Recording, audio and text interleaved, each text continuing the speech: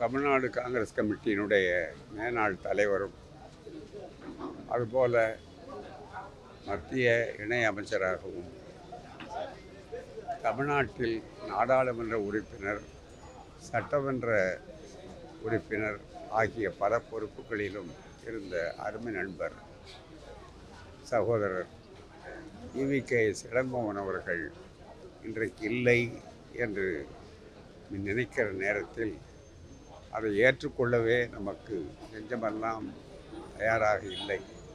காரணம், தன் மனதில் பட்டதை வெளிப்படையாக யாருக்காகவும் பின்வாங்காமல் தைரியமாக துணிச்சலாக பெரியார் வழிவந்தவர், குடும்பத்தவர் என்ற அந்த கொள்கை உணர்வோடு இருக்கக்கூடியவர் அருமை சகோதரர் இளங்கோவன் அவர்கள்.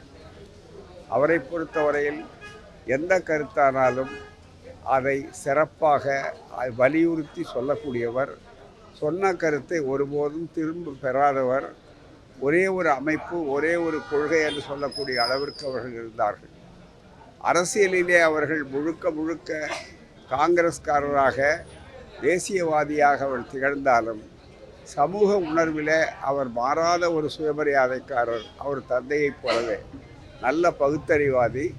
அந்த வகையில் எல்லா நிகழ்ச்சிகளுக்கும் நாங்கள் அழைக்கும் போது வெளிப்படையாகவே கருத்துக்களை தயவு தாட்சணியம் இல்லாமல் சொல்லுவார்கள். அப்படிப்பட்ட ஒருவர். அவருடைய இழப்பு என்பது இந்த குடும்பத்திற்கு மட்டுமல்ல, காங்கிரஸ் பேரியக்கத்துக்கு மட்டுமல்ல, அதையும் தாண்டி தமிழ்நாட்டு மக்களுக்கு பொது வாழ்க்கையில் நெறியோடும் ஒரே ஒரு அமைப்போடும் துணிவோடும் தொடர்கின்ற தடுமாற்றமில்லாத ஒரு நல்ல அரசியல் பண்பாளர் என்ற அளவிற்கு அவர் எல்லோராலும் அறியப்பட்டவர். அப்படிப்பட்டவருடைய இழப்பை பகுத்தறிவாதிகளாக நாங்கள் எது தவிர்க்க முடியாதோ அதை ஏற்க வேண்டும் என்ற அளவிலே தான் ஏற்கிறோம். அவருக்கு எங்கள் அந்த குடும்பத்திற்கு, தமிழ்நாடு காங்கிரஸ் கமிட்டிக்கு எங்களுடைய ஆறுதலையும் ஆழ்ந்த இரங்கலையும் தெரிவித்தாலும் அவருக்கு எங்களுடைய வீர வணக்கம். பெரியார் தொண்டர்கள் என்றைக்கும் அவரை மறக்க மாட்டார்கள்.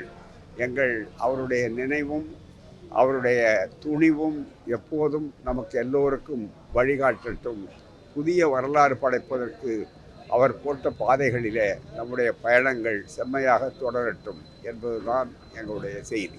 பாதகம் செய்பவரை கண்டால் நாம் பயங்கொள்ளலாகாது பாப்பா, மோதி மிதித்து விடு பாப்பா, அவர் முகத்தில் உமிழ்ந்து விடு பாப்பா.